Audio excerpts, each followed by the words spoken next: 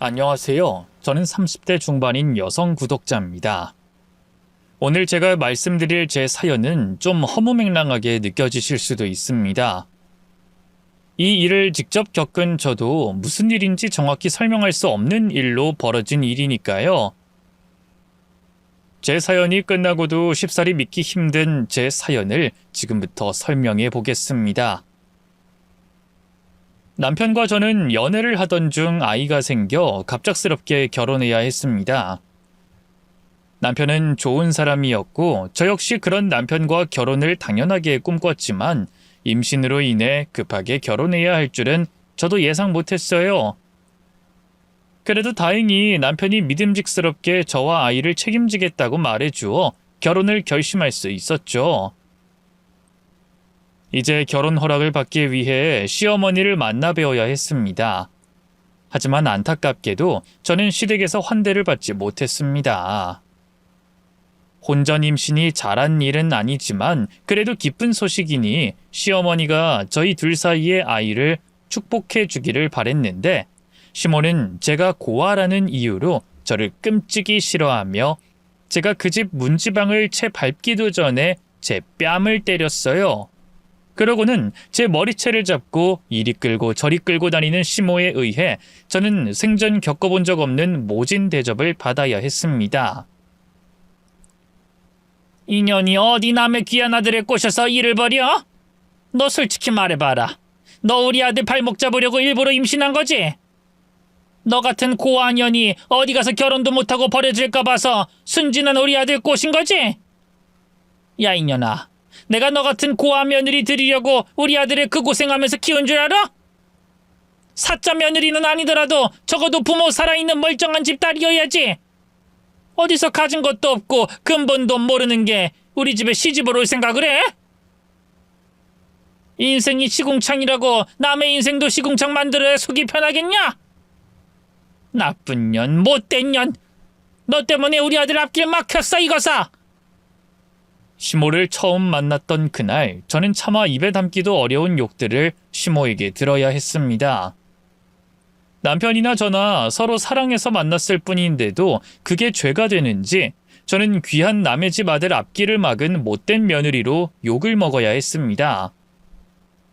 비록 제가 고하긴 했지만 그동안 정말 열심히 노력하고 살아온 덕분에 결혼하는 데는 부족하지 않을 정도로 기반을 쌓았다고 생각했는데 그럼에도 불구하고 고아라는 죄는 절대 용서가 되지 않는 건지 저는 시모에게 사람 취급도 받을 수 없었습니다. 어떻게든 시모의 반응을 이해해 보려고 했지만 제가 부모 사랑을 받지 못해서 그런지 몰라도 저도 시모의 그런 과한 반대가 쉽게 받아들여지지 않았어요. 결국 시모는 저희 두 사람 사이를 극심히 반대했고 저 또한 그런 대접을 받으면서까지 그 결혼을 할 생각이 없었습니다. 저는 차라리 아이를 혼자서 키울 생각까지 하며 남편과의 결혼을 포기할 고민까지 하게 됐죠. 하지만 남편은 저와 헤어질 수 없다며 제게 사정하고 절 붙잡기 시작했어요. 승호야 제발 그러지 마. 너 없으면 나 못 사는 거 알잖아.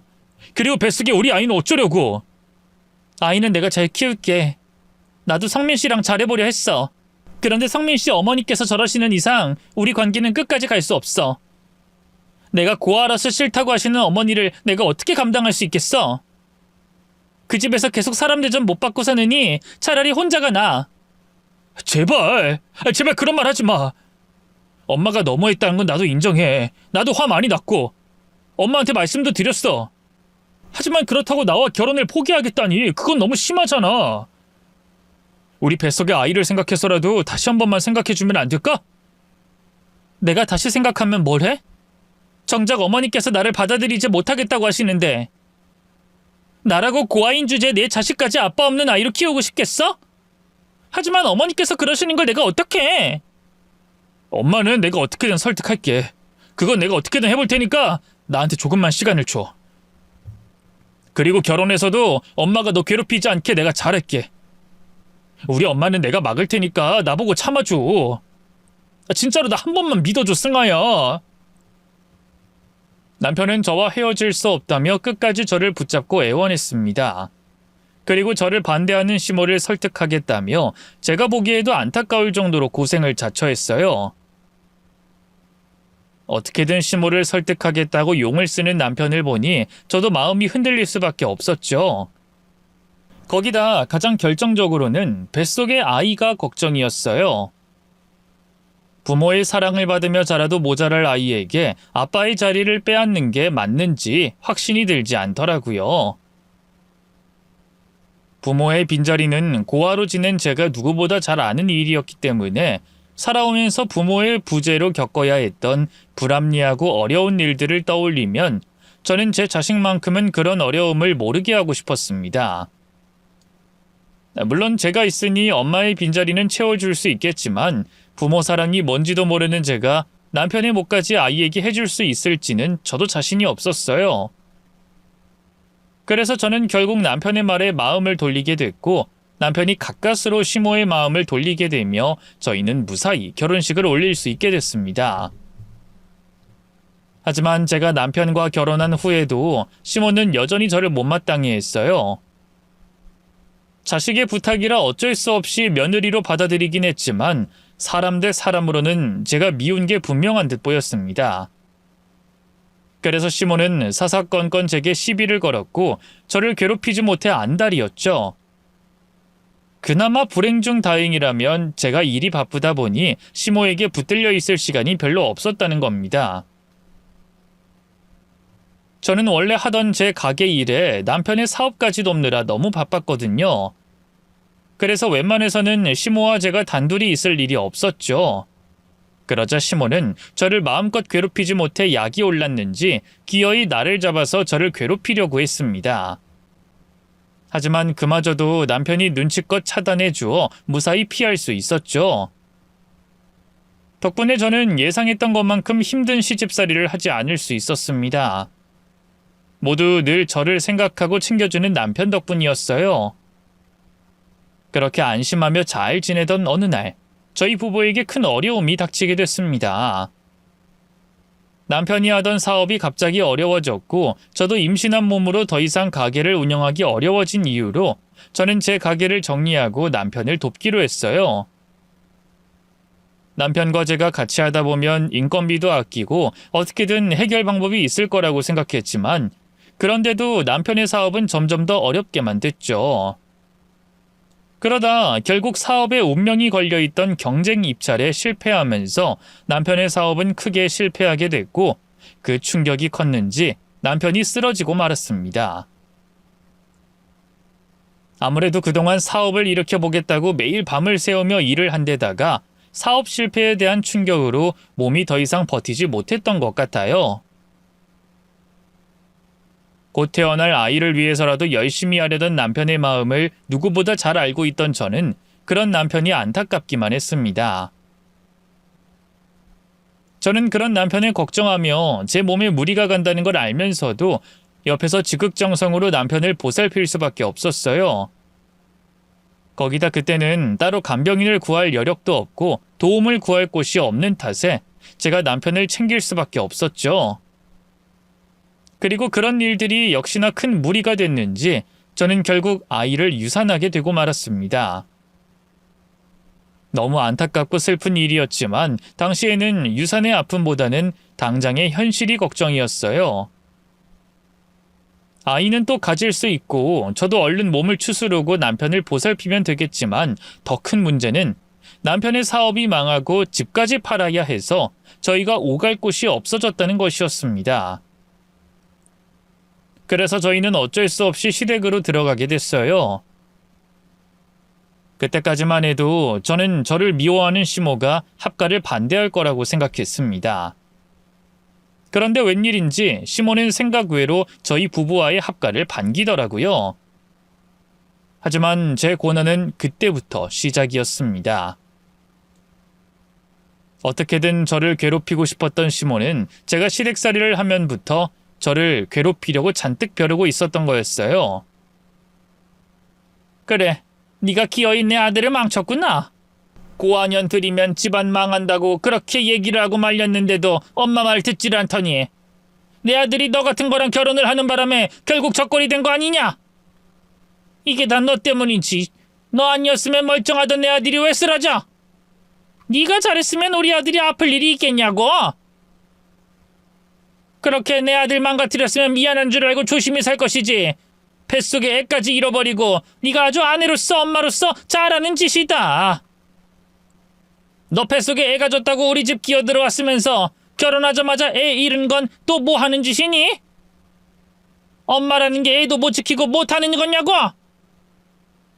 이 모든 게 다 네 탓이다. 재수 오지게 없어서 부모도 내버린 년이 우리 집안까지 불행을 끌고 들어와서 내 아들이, 내 손주가 그렇게 된 거 아니야? 너 때문에 우리 아들 사업까지 망하고 집까지 해먹으니 이제 속이 시원하냐?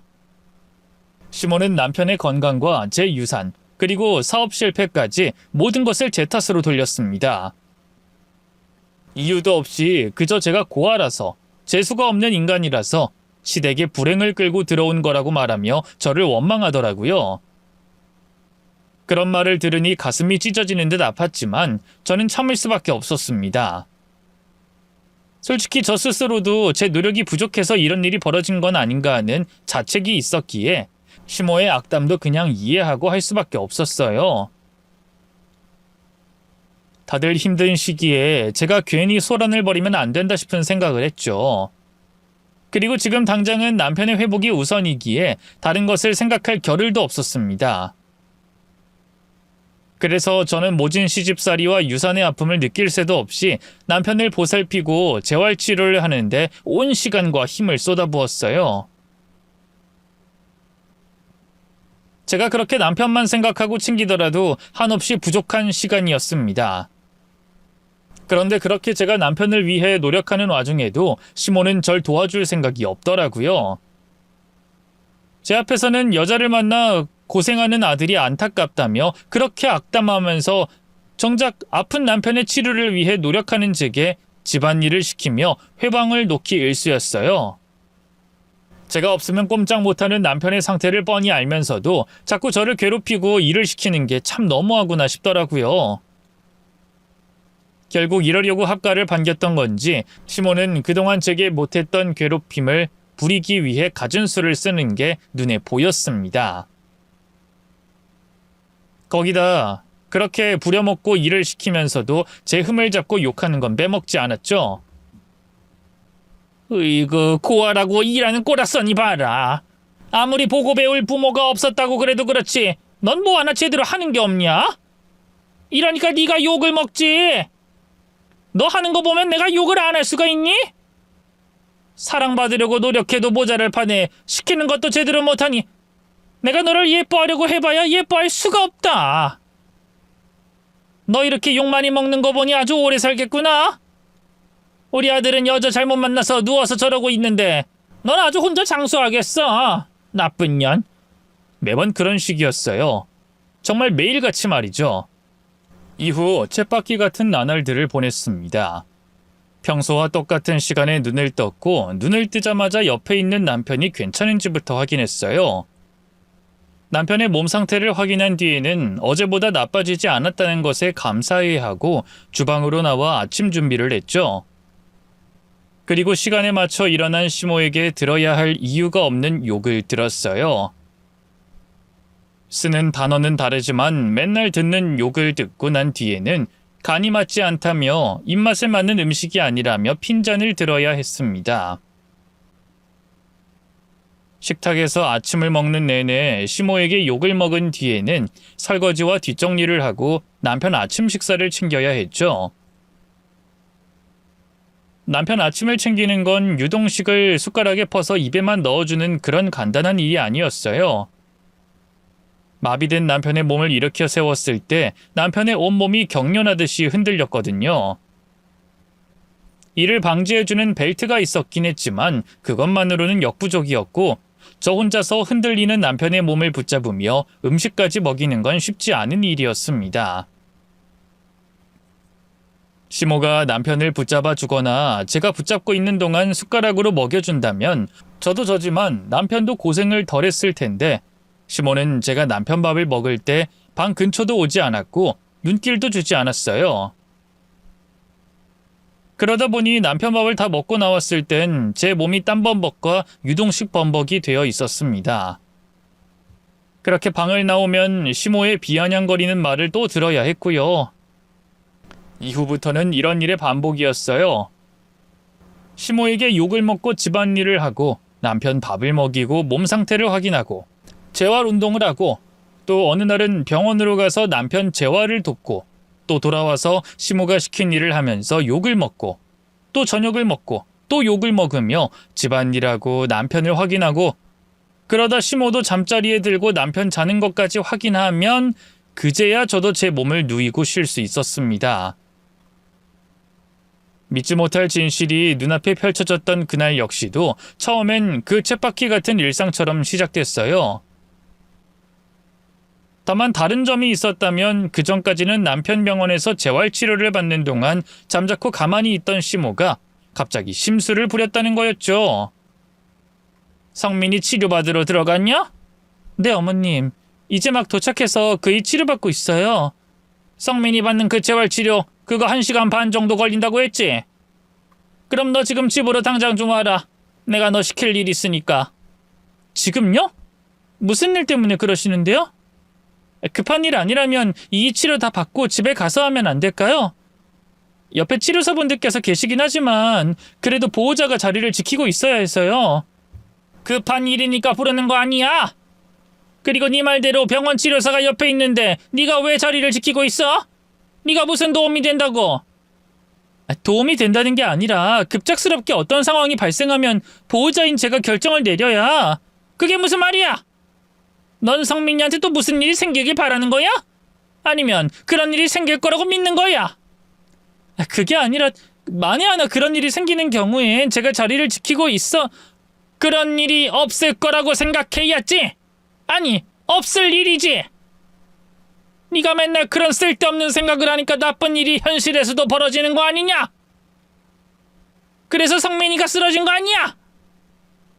그러니 그 쓸데없는 생각하지도 말고 얼른 와서 내 심부름이나 해라.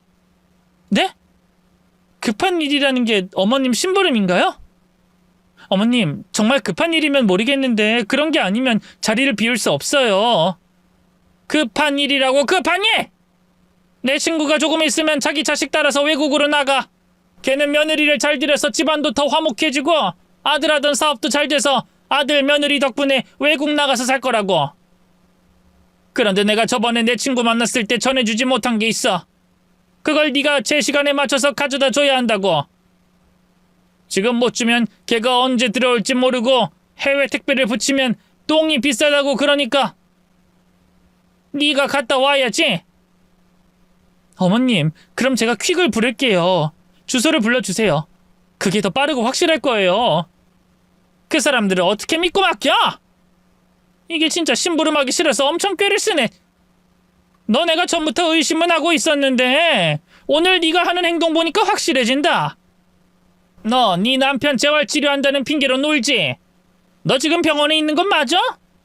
어디서 여유 부리고 있거나 딴 놈 만나는 거 아니야? 그래, 남자. 너 남자 만나는구나. 우리 성민이 저렇게 반병신 만들어 놓고 너 딴 놈 만나고 있는 거지? 그래서 지금 못 온다고 고집 피우는 거지? 어머님, 정말 왜 그러세요? 아무리 제가 미워도 하실 말씀이 있고 하시면 안 되는 말씀이 있죠. 딴 남자를 만나다뇨. 딴 남자가 있었으면 제가 어머님 댁에서 그런 푸대접을 받고 무시와 천대를 받으면서 지냈겠어요? 제가 그 일 이렇게 세우려고 얼마나 노력하는지 직접 다 보셨으면서. 그럼 왜 못한다고 고집이야? 그렇게 성민이 걱정되면 네가 빨리 심부름 처리하고 성민이 곁에 있으면 되잖아. 내 말이 틀렸어? 지금 너 고집 피운다고 보낸 시간에 얼른 심부름하고 갔다 왔으면 벌써 병원에 도착하고도 남았겠다. 알아? 그러니까 꽤 그만 버리고 얼른 집으로 들어와. 얼른! 아무리 제가 밉다고 한들 자식 걱정이 된다면 그렇게까지는 하진 않았을 텐데 시모는 며느리가 미운 걸 넘어서서 그런 며느리를 선택한 아들도 미웠나 봅니다. 중요하지도 않은 일을 저 말고도 킥으로 충분히 대신할 수 있는 일을 가지고 저를 괴롭히겠다며 남편이 재활치료를 받는 사이에 자기 심부름을 하라고 한 거예요. 아들이 치료받는데 보호자 필요하다는 걸 알면서도 소리를 지르며 악을 쓰는 시모에게 정상적인 생각을 바랄 수 없었습니다. 시모가 원하는 대로 해주자는 생각을 가지고 서둘러 병원을 나와 택시를 탔죠. 택시를 타서는 기사님께 시댁 주소를 불러드리고 가는 내내 휴대폰만 보고 있었어요. 급하고 초조한 마음에 휴대폰 화면에 있는 시간을 봤던 거죠. 그러다 화면에 물방울이 한두 개씩 떨어지기 시작했습니다. 저도 모르게 제 눈에서 눈물이 흐르고 있었던 거죠. 제가 울고 있다는 걸 제 눈물이 떨어진 화면을 보고서야 알게 됐던 저는 숨죽인 채 울음을 터뜨렸어요. 제가 너무 불쌍했고 남편에게 너무 미안했거든요.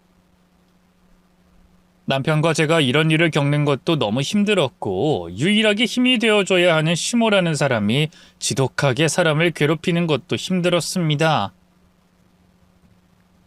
만약 제가 고아가 아니었다면, 의지할 가족이 있었다면 이렇게까지 힘들지 않았을 거라는 생각에, 남편도 저렇게까지 건강을 잃지는 않았을 거라는 생각에 마음 우르르 무너지며 울었어요. 그런데 그때 앞좌석에서 운전하고 있던 택시기사님이 손수건을 내미시는 겁니다. 고개를 푹 숙이고 가방에 얼굴을 파묻고 울고 있던 저를 어떻게 아셨는지 말이죠. 그 손길에 놀라기도 하고 기사님께 죄송했던 저는 눈물을 훔치며 죄송하다고 기사님께 말씀드렸어요. 괜찮습니다. 제 옷으로 닦아도 돼요. 그리고 죄송합니다. 소리내지 않으려고 했는데 우는 소리가 들렸나 보네요. 아유, 죄송하기는. 사람이 힘들면 울 수도 있지. 울지 말라고 손수건 주는 게 아니라 마음 편히 울라고 손수건 주는 거니까 소리내서 울어. 아니에요. 이제 괜찮아요. 다 울었어요. 세상 사는 게 누구한테나 힘들긴 마련인데 아직 한참 젊고 내 딸뻘 되는 아가씨가 우는 걸 보니까 마음이 좋지가 않네. 무슨 일 있어? 아니, 소리내지 않고 우는 걸 보면 보통 일은 아닌 것 같은데. 그냥 기사님 말씀처럼 사는 게 쉽지가 않아서요. 특히 저는 다른 사람들보다 몇 배는 힘든 것 같아요. 처음 시작부터 꼬여서 그런지 행복해질 거라고 생각한 순간마다 누가 빼앗아 가듯이 가져가네요. 빼앗아 가더라도 희망을 조금이라도 남겨놓고 가면 좋으련만 어떻게 다시 일어설 수 없게 다 빼앗아 가고 짓밟는 건지. 예전엔 그래도 내가 열심히 하면 행복을 가질 수 있을 거라고 생각했는데 계속 부름만 따르니까 그런 의지를 가질 힘도 생기지 않아서요. 그래서 뭐가 잘못된 걸까? 내가 잘못된 걸까? 그런 생각을 하다 보니 제가 세상에 존재하는 게 문제인 것 같아서, 저 스스로 힘들게 만드는 것 같아서 저도 모르게 그만. 그날 택시를 타고 처음 본 기사님께 할 하소연은 아니었지만 누군가에게 제 힘든 상황을 털어놓을 곳이 없던 저는 제 속마음을 기사님께 말씀드렸어요. 자세한 사정까지는 털어놓을 수 없어 두루뭉실하게 말씀드렸죠. 그렇게 누군가에게 제 힘든 속사정을 털어놓은 것만으로도 위로가 될 것 같았는데 제 이야기를 듣고 계시던 기사님께서 제 말을 받아주시며 위로를 해주셨습니다. 이 세상에 존재로 문제가 되는 사람은 없어. 그리고 부름만 계속되는 사람도 없고. 지금까지의 불행한 일이 행복한 일보다 많았다고 한다면 앞으로 불행한 일보다 행복한 일이 많을 거라는 말이요. 아니, 어쩌면 지금까지 느낀 불행보다 몇 배 더 행복한 순간을 맞게 될지도 모르고. 아가씨가 자신을 잃지 않고 또 아무리 불행한 순간에도 옳은 방향으로 나아간다면 지금까지 빼앗겼다고 한 행복 전부 다 돌려받을 거야. 아가씨를 보아하니까 지금까지 나쁜 일 하지 않고 착하게 잘 살아온 것 같은데 지금 힘들다고 너무 자기 자신을 포기하지 마. 자기 때문에 불행하다는 생각 따윈 하지 말라고. 네, 감사해요. 말씀만으로도 제가 힘이 나네요. 말뿐이 아니라니까. 진짜 그렇게 될 거래도. 지금 당장 택시 내려서 그 행복이 밀려올 수도 있는 거라니까. 네, 그렇게 믿을게요. 기사님 말씀처럼 분명 행복이 찾아올 거라고 믿을게요. 그런데 여기가 어디죠? 제가 말씀드린 방향이 아닌 것 같은데. 다 왔어. 여기니까 이제 내리면 돼. 네? 기사님, 여기가 아닌데. 제가 말씀드린 곳은 아까 사거리에서. 여기 맞다니까 그러네. 아니, 그게 아니라 제가 가자는 곳이 저희 집이라 제가 모를 수가. 아가씨, 일로 가면 좋은 일이 있을 거요. 여기가 맞으니까 내려. 기사님이 저를 위로해 주신 것까진 좋았는데 택시가 도착한 곳은 저희 시댁이 아니었어요. 시모에게 욕을 먹지 않으려면 한시가 바쁜 상황이었지만 제가 울음을 터뜨려 기사님께서 정신이 없었을 수도 있었으니 이해는 됐습니다. 그럼 그 자리에서 제가 말한 목적지로 출발하면 됐는데 기사님께서 황당하게 내리라고 하는 겁니다. 여기가 맞다며 여기로 가면 좋은 일이 생길 거라고 말하면서 말이죠. 기사님의 막무가내식 황당한 행동과 심부름이 늦은 걸 가지고 짜증낼 시모, 또 일이 모두 틀어져 병원에서 혼자 저를 기다릴 남편까지 생각하니 짜증이 밀려왔습니다. 하지만 누구 한 명 저에게 위로해줄 사람이 없던 상황에 위로를 건네준 기사님께 화를 낼 순 없었어요. 일이 이렇게 된 거 체념하며 택시비를 드리고 내리려고 했죠. 그런데 기사님께서 또 택시비를 안 받겠다고 하시는 겁니다. 그래도 택시비는 받으셔야죠. 여기까지 태워다 주셨는데. 아니, 택시 내려서 시작될 행복 내가 조금 더 먼저 시작해 주는 거니까 그냥 내려.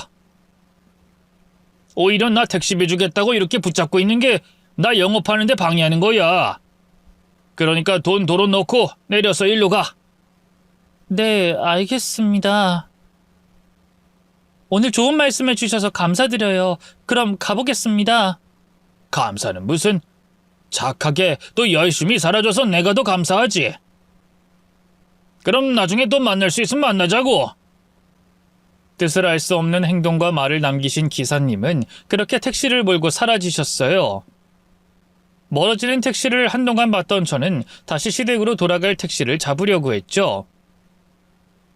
그러다 기사님이 가리킨 건물로 눈이 향했습니다. 그리고 알 수 없는 이끌림에 저도 모르게 그 건물로 발걸음을 옮겼죠. 그 건물은 그냥 평범한 보통의 건물이었어요.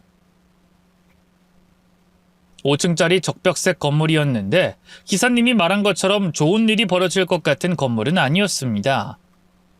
하기야, 건물에 들어가 무슨 좋은 일이 생길 수 있겠어요. 저도 그제야 정신을 차리고 다시 밖으로 나가려 했는데 계단을 내려가려던 제 발걸음이 멈추고야 말았습니다. 그리고 걸음을 멈췄던 저는 소스라치게 놀랄 수밖에 없었어요. 제가 뒤돌아선 그곳에 마치 거울을 보고 있는 것처럼 저와 똑같은 얼굴을 하고 있는 여자가 서 있었거든요. 저는 너무 놀라 뒷걸음질 치며 내려왔던 계단을 다시 올라가고 있었습니다. 그 택시를 탔을 때부터 벌어진 이상한 일들로 인해 지금 제가 보고 있는 제 얼굴 역시 뭔가 잘못됐다고 생각했거든요. 그런데 뒷걸음질하는 저와 달리 저와 똑같은 얼굴을 하고 있던 여잔 잠깐 놀란 표정을 지은 뒤 제게 뛰어왔어요. 그리곤 절 안았죠. 안고서는 처음 듣는 이름과 함께 알 수 없는 말을 해왔습니다. 민채야, 민채 너 맞지? 너 여기 어떻게 알고 온 거야? 네가 여기 찾아온 거야? 직접? 어떻게 알고?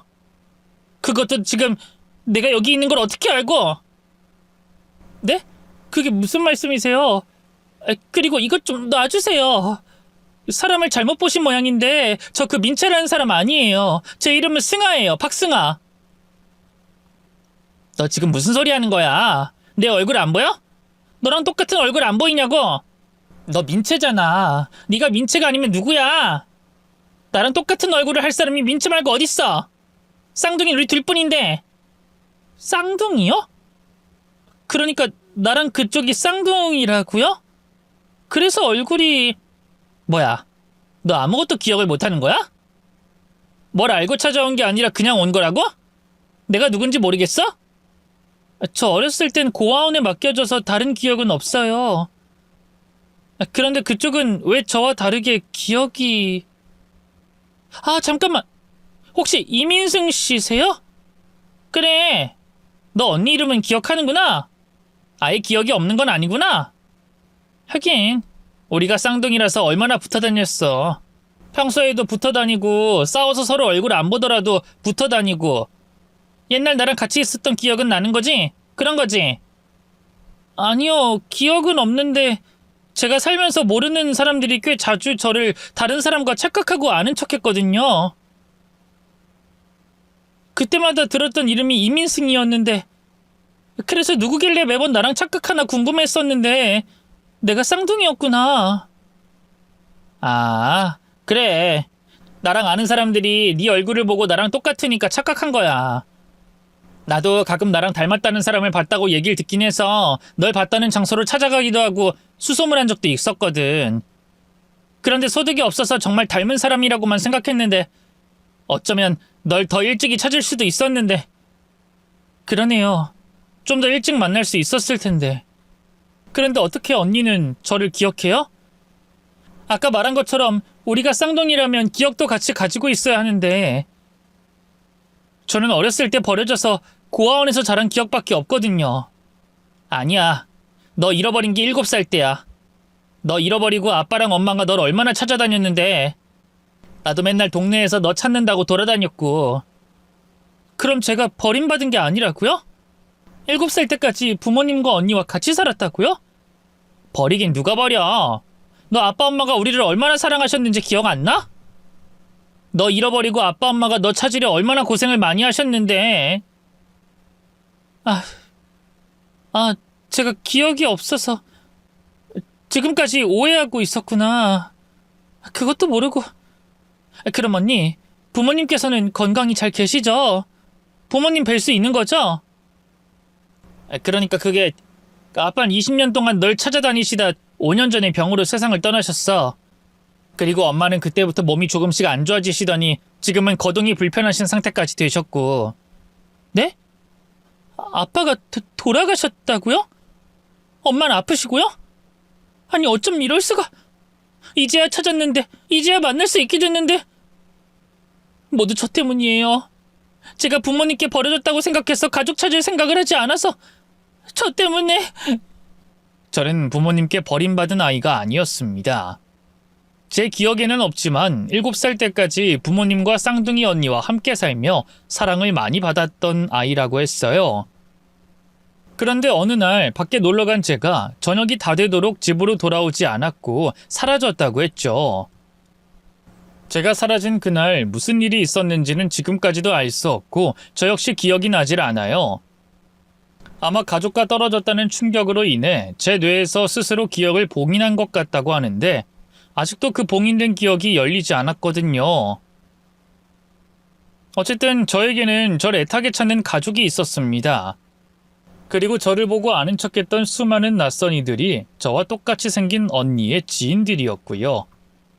어쩌면 지금보다 훨씬 더 일찍이 만날 수 있었던 우리였지만 우리는 계속된 엇갈림에 그때까지 만나지 못했던 거였죠. 그러다 기적 같은 우연으로 만나게 된 거였어요. 저는 저를 찾고 있는 가족이 있다는 걸 알게 되고 가장 먼저 부모님께서 어떻게 지내고 계시는지 궁금했습니다. 그래서 언니에게 물어보게 됐는데 제가 바라던 것과는 전혀 다른 상황이었어요. 아빠는 세상을 떠나셨고 엄만 아프시다고 했죠. 그러한 상황이 모두 저 때문인 것만 같았습니다. 제가 가족을 찾으려고 했다면, 기억을 잃어버리지 않았거나 가족을 오해하지 않았다면 한참 더 일찍 온 가족이 모일 수 있었으니까요. 저는 제가 원망스러운 마음에 제 가슴을 치며 저를 탓했습니다. 언니는 그런 저를 말리며 제 탓이 아니라고 저를 다독여줬고요. 언니 품에 한참을 안겨있고 난 뒤에야 저는 겨우 진정할 수 있었습니다. 그리고 그제야 남편과 시모가 시킨 일이 떠올랐어요. 시모 심부름은 혼나면 그걸로 끝이었지만 아픈 남편을 병원에서 혼자 기다리게 할 수는 없었습니다. 저는 언니한테 급히 병원으로 가야 한다고 말하고 택시를 부르려고 했죠. 그러자 언니가 자기 차로 병원에 가자고 했어요. 차를 타고 가며 언니에게 병원에 가는 이유와 남편이 아프게 된 일, 제가 시댁에 들어간 일과 이제까지 괴롭힘을 당하고 있는 일까지 짧게 얘기하게 됐고요. 당연히 언니는 화를 내며 당장 그 집에서 나오라고 했습니다. 너 오늘 바로 그 집에서 나와. 다시 들어갈 일 없게 필요한 짐만 챙겨서 나오라고. 지금 당장 나와서 지낼 곳도 없다니까. 그리고 언니든 엄마든 도움받기도 좀 그래. 저 사람 몸도 그렇고 아무리 가족이라지만 이제 만났는데 어떡해. 그럼 네가 그런 꼴 당하는 걸 알고도 두라고? 아빠 엄마가 또 내가 널 얼마나 애타게 찾았는데 어떻게 네가 당하는 걸 두고 봐. 들어보니까 자기 아들 아픈 것도 걱정하지 않는 사람인 것 같은데 뭐하러 그 집에 있니? 그 집에서 당장 나와. 너 불편한 거 없이 당장 두 사람 살 집 구해다 줄 테니까 나오라고. 언니 부담되게 그러지 마. 힘들어도 당장 어떻게 될 상황은 아니니까. 너무 신경 쓸 필요 없어. 부담 갖지 마. 우리한테 부담될 일 아니니까. 너 아까 나랑 만난 그 건물 누구 건물 같니? 그거 엄마 건물이야. 그 건물 말고도 엄마 건물 집 몇 개나 더 있어. 그런 집안에서 너랑 네 남편 살 집 구해주는 게 부담될 것 같니? 그리고 너 이렇게 그냥 그 집에 두면 내가 나중에 엄마한테 무슨 소리를 들을 것 같아? 하늘에 계신 아빠 얼굴은 어떻게 보고? 지금 병원에서 네 남편 데려오고 그 집으로 가서 내 차에 필요한 짐만 챙겨서 가자. 우리 집으로 가든 호텔에서 지내든 오늘 하루만 지내면 내가 다음날 바로 집 구해다 줄 테니까. 언니는 제 이야기를 듣고 화가 많이 났는지 저와 남편을 더 이상 시댁에서 지내게 할 수 없다고 했습니다. 그러며 저희 엄마의 재력을 은연히 드러냈죠. 하지만 그때까지 저는 언니가 절 그 집에서 데리고 나오려고 또 안심시키려고 그냥 한 말인 줄 알았어요. 그래서 시댁 앞에서 언니를 진정시키고 돌려보낼 생각이었습니다. 절 애타게 찾아다니셨다는 엄마와 만나는 건 다음 날이든 다다음 날이든 미루기로 하고요. 그런데 언니는 그 말이 진심이었는지 병원에서 나오는 제 남편에게 짧은 인사를 건넨 뒤 동의를 구하고 있었어요. 그리고 시댁에 도착했을 때 저보다 먼저 시댁 문을 두드린 후 밖으로 나온 시모에게 화를 냈죠. 이게 내 연락을 죄다 무시하고. 야! 너 어떻게 된 거야? 내가 집으로 오라고 했더니 어디로 샌 거야? 너 때문에 내 친구한테 이것도 없이 비행기 탔잖아. 너 때문에? 어? 그런데 이년 봐라. 옷을 갈아입고 머리를 해? 너 하라는 심부름은 안 하고 쇼핑했니? 옷 샀어? 이거 아주 미친년이네. 정신 나갔어? 야, 너 미쳤어? 와, 듣던 것보다 훨씬 더 막장 시어머니였네? 걸레밥 물을 먹었나? 자기 며느리 되는 사람한테 무슨 말을 이렇게 험하게 해? 뭐? 걸레밥 물? 이게 정말 도란나. 야, 넌 내쫓기고 싶어? 길바닥에 주저앉아봐야 정신을 차리지?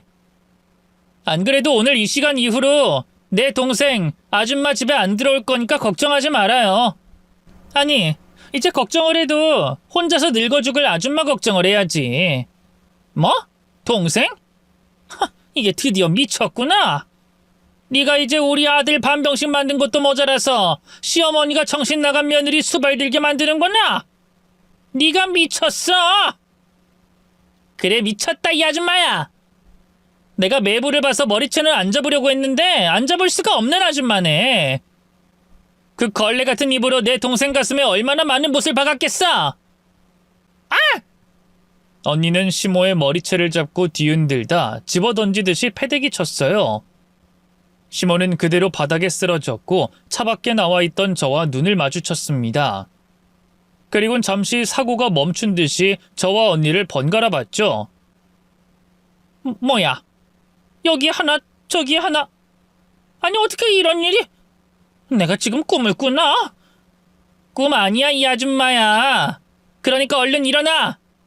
내가 아주 죄다 쥐어 뜯어줄 테니까. 잠깐만. 언니 잠깐만.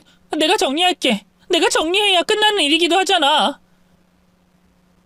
저 어머님, 지금 이거 꿈 아니에요. 현실이에요. 그리고 저랑 똑같이 생긴 저 사람 제 친언니예요. 저 고아가 아니었어요. 제게 가족이 있었어요. 그래서 저 오늘부로 여길 떠나려고 해요. 이 사람을 위해서도 저를 위해서도 이곳에 있으면 안 된다는 생각이 들었거든요. 사실 이 사람이 아파서 이 집에 들어왔는데도 불구하고 어머님 이 사람에게 관심 조금도 없으시잖아요. 오로지 저 괴롭히는데 온 정신을 다 쓰시잖아요. 그래서 이 사람 낫게 하려고 나갈 거예요. 뭐? 그래서 네가 내가 시킨 심부름도 안 한다며 날 무시한 거구나? 그런데 뭐, 나가? 이제까지 내 도움 다 받다가 가족을 찾으니까 나가겠다고? 이게 믿을 구석 생기니까 바뀌는 거 봐라. 감사하다고 엎드려 절해야 하는 상황에 도리어 내게 문제가 있다고 하네? 야! 여기가 네 마음대로 들어오고 나가는 곳인 줄 알아? 거지 같은 년 며느리로 받아주고 내 아들 반병씩 만들어도 오갈 곳 없다고 해서 들여줬더니 이게 아주 끝까지 우리 집안을 지 마음대로 좌지우지하려고 하네? 야 이년아! 그럼 다 원래대로 만들어 놓고 가! 우리 아들도 건강하게 돌려놓고 하던 사업 잘하게 돌려놓고 니년도 우리 집 며느리였다는 흔적 하나 없게 만들라고! 제발 그놈의 억지 그만 좀 부리세요! 어머님 아들인 이 사람도 오죽했으면 저보고 오늘 당장 이 집 나가자고 했겠어요? 어머님 아들도 어머님이 제정신 아니라고 하겠냐고요? 그리고 저 어머님 말씀처럼 믿을 구석 생겨서 믿어보려고요. 이제까지 믿을 구석 없다고 어머님께 무시당했는데 이젠 더 이상 무시당하지 않으려고요. 그러니까 저희 막지 마세요. 안 되지 이년아. 나갈 거면 이제까지 우리 집에서 자고 먹고 싸고 쓴 돈 다 내놔. 아무리 부모 자식 간이라고 해도 계산할 건 계산해야지. 안 그래? 그렇게 따지면 지금까지 제가 어머님 댁에서 일하고 욕먹고 고생한 값으로 충분하죠? 그러게 누가 하라고 했냐? 내가 시켜도 오늘처럼 안 하면 될 거 아니야. 왜? 돈 없어? 돈 없어서 못 나가겠지? 시몬은 이번엔 돈을 가지고 저희를 붙잡으려고 했어요. 그냥 무시하고 그 집을 나올 수 있었지만 여기서 확실히 해야 다시는 시모에게 시달리지 않을 것 같았는데 시모가 또 억지를 부리기 시작한 거죠. 그런데 그때 언니가 시모 얼굴에다가 돈 5만 원권을 한 장씩 뽑아서 떨어뜨렸습니다. 아줌마, 돈이 목적이었으면 빨리 말하지 그랬어요. 우리 집안이 또 돈이라면 부족하지 않거든요.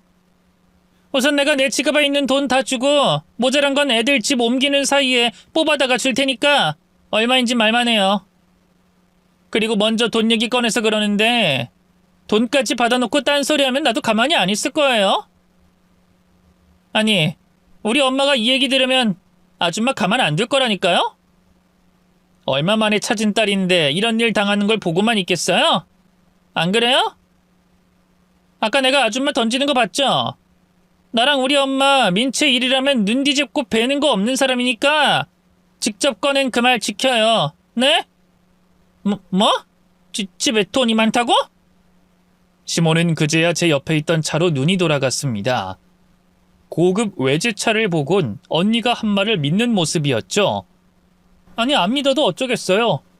언니한테 잡혀 땅바닥에 내팽개친 게 바로 조금 전인데 시몬은 언니에게 겁을 먹은 모습이었고 제 의지 굳은 눈빛을 보고 단념한 모습이었어요. 집으로 들어가는 길을 터줬죠. 그렇게 시모가 스스로 내준 길을 이용해 짐을 옮긴 저는 남편과 함께 시댁을 떠났습니다. 이후 저는 언니가 집을 구해주는 동안 언니네 집에서 남편과 함께 지내게 되었어요. 언니를 만나고 시댁을 떠난 바로 다음 날 반평생 넘게 저를 찾아다니던 엄마를 만나게 되었고요. 민채야, 우리 민채구나. 우리 민채가 건강히 잘 있었구나. 미안하다 민채야. 아빠 엄마가 널 찾지 못해서 네가 우릴 찾아오게 만들어서 미안하다. 어디 보자. 우리 민채. 우리 보고 싶었던 민채. 엄마, 이렇게 움직이셔도 괜찮으세요?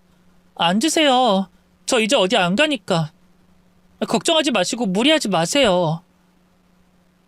그리고 엄마, 제가 죄송해요. 제가 기억이 없어서 저를 찾고 있던 우리 가족을 잊고 있었어요. 제가 엄마, 아빠, 언니를 기억했다면 이렇게 엄마가 아프지 않으셨을 텐데. 아빠가 돌아가시지 않았을 텐데. 아니야. 네 잘못 아니야. 어린 자식에게 무슨 잘못이 있겠니? 자식 잃어버린 부모가 잘못이지. 잘 왔다. 돌아와줘서 너무 고맙다. 네 아버지도 이제 편히 눈 감으실 게다. 이제야 나도 하늘 날아가서 네 아버지 얼굴 볼 면목이 생겼어. 엄마, 그런 말씀하지 마세요. 우리 이제 만났는데 행복하게 오래오래 같이 시간 보내야죠.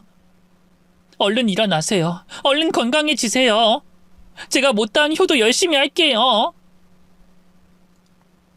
가족과 함께한 기억이 모두 사라진 저로서는 처음 본 엄마가 낯설면 어쩌나 싶었는데 엄마를 보자마자 걱정할 가치도 없는 생각이었다는 걸 알게 됐습니다.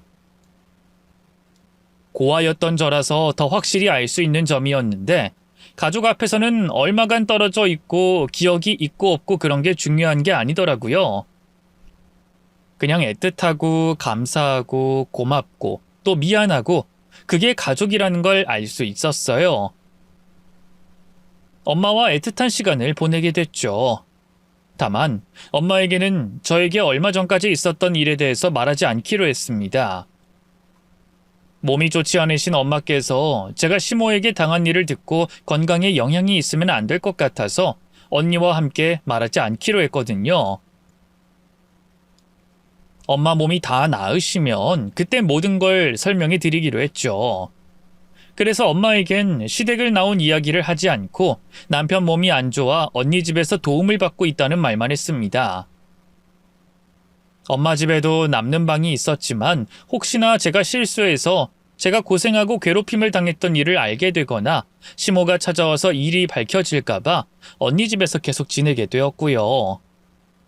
대신 하루도 빠짐없이 엄마께 찾아가 함께 시간을 보냈어요. 그러다 엄마와 언니 그리고 저 이렇게 세 모녀가 모여서 이야기를 나눴는데 언니를 만났던 그날의 이야기가 어쩌다 보니 나왔습니다. 그제야 저도 그 택시 기사님이 떠올랐고요. 그러니까 네가 날 만났던 그날 엄마 건물에 왔던 이유가 그 기사님 때문이라고? 기사님이 엄마 건물에 들어가면 좋은 일이 있을 거라고 했어? 너 말 지어대는 거지? 그게 말이 돼? 그 기사님이 뭘 어떻게 알고 거길 가라고 해? 진짜라니까? 나도 진짜 황당했는데 기사님이 내게 좋은 말을 해줘서 뭐라고 못하고 내렸던 거야. 그리고 다른 택시 잡으려다가 들어간 건데 그때 뭐라고 할까? 뭐 그냥 끌렸다고 해야 하나? 진짜 좋은 일이 생길 것 같은 기분인지 뭔지 하여튼 나도 모르게 발걸음이 자연스럽게 옮겨졌어. 그래서 볼 일도 없는데 그 건물 들어간 거야. 뭐지? 그 기사님은 왜 너보고 엄마 건물에 가보라고 한 거지? 그것도 좋은 일이 있을 거란 말까지 하면서. 엄마 생각엔 말이다. 그 기사님이 우릴 도와주려고 한 어떤 절대적인 존재거나 아니면 하늘에 있는 네 아빠가 아닐까 싶다. 우리 세모녀 더 늦기 전에 만나라고 그런 거 아닐까? 그러지 않고서야 민채가 말한 게 설명이 되겠니? 에이, 그게 말이 되나? 아니면 내가 예전에 엄마 건물 관리하러 갈 때 택시 타러 간 적이 있었거든? 뭐 그러다가 내가 민채 잃어버린 거 얘기한 적이 있는데 그때 그 기사님이 민채 태운 거 아니야? 언니, 그것도 좀 이상하다. 그거 기억하는 것도 말이 안 되고. 언니가 그 건물에 무슨 일로 갔는 줄 알고 한참이 지나서 나보고 거길 들어가 보라고 하겠어? 그것도 그러네. 그럼 진짜 뭐지? 민채야, 너 그 기사님 얼굴 기억나? 우리 택시 회사에 전화해서 그 기사님 찾아볼까? 얼굴? 그러고 보니까 다른 기억은 선명한데 그 기사님 얼굴이 기억 안 나네. 얼굴만 뿌옇게 생각나는 거 있지? 아우, 얘는 기억을 못해도 하필. 그냥 살해할 일이 있다면서 찾아가서 그날 그 시간에 우리 건물 앞에 너 내려준 기사님 찾아봐야겠다. 기사님의 정체에 대한 저희 세 모녀의 의견이 분분한 가운데 언니가 택시 회사에 전화를 걸고 직접 찾아가 그날 저를 태운 기사님을 수소문했지만 찾을 수가 없었습니다. 그래서 아직도 그 기사님의 정체와 저를 엉뚱한 곳에 내려주시고 엄마 건물로 들어가 보라고 한 그 의도를 알 수가 없어요. 그 기사님께서는 왜 그렇게 하셨을까요? 또 우리 모녀에 대해서 뭔가를 알고 계셨을까요? 알고 계셨다면 어떻게 하셨는지, 왜 그런 식의 만남을 가지게 해주셨는지 너무 궁금한 점이 많습니다. 만약 이 사연을 그 기사님께서 듣고 계신다면 꼭 좀 저희 모녀에게 연락을 주셨으면 하네요. 그런데 저는 엄마가 한 말을 믿고 싶어요. 그 기사님께서 우리 새 모녀가 더 늦기 전에 만나길 바라던 어떤 절대적인 존재거나 하늘나라에 계신 아빠라는 말씀을 말이죠. 사실 말이 안 되는 건데 그게 더 설명하기 쉽지 않은가 생각이 드네요. 가끔 세상에는 말로 설명할 수 없는 기적과 같은 일이 벌어지니까 말이죠. 그리고 저는 그런 기적으로 얻은 행복을 놓치지 않기 위해 정말 열심히 살아가는 중입니다. 엄마와 남편 간병을 하며 또 가족들과 못다한 시간을 보내면서 말이죠. 지금 엄마는 건강을 거의 다 찾으신 모습이고요. 남편은 느리지만 혼자서 움직일 수 있는 정도까지 건강이 회복됐습니다. 재활치료사님 말씀으로는 1, 2년 정도 뒤에는 완전히 회복될 수 있다고 해요. 이게 다 그날의 기적 덕분이라고 생각하면서도 그때 그 기사님께서 말씀하신 것처럼 저 자신을 잃지 않고 어떠한 순간에도 옳은 방향으로 살아온 덕분이 아닌가 싶습니다. 그래서 계속 이전의 저처럼 살아가려고요. 또다시 기적이 벌어진다고 하지 않더라도 이렇게 사는 게 옳다는 걸 알게 됐으니까요. 그러니 여러분께서도 항상 어느 순간에도 옳게 사시길 바라겠습니다. 그러다 보면 저처럼 기적과도 같은 일을 겪으실 수 있으실 거예요. 그럼 저는 여기서 제 사연을 마치겠고요. 여러분께서도 항상 가족과 행복하시길 빌겠습니다.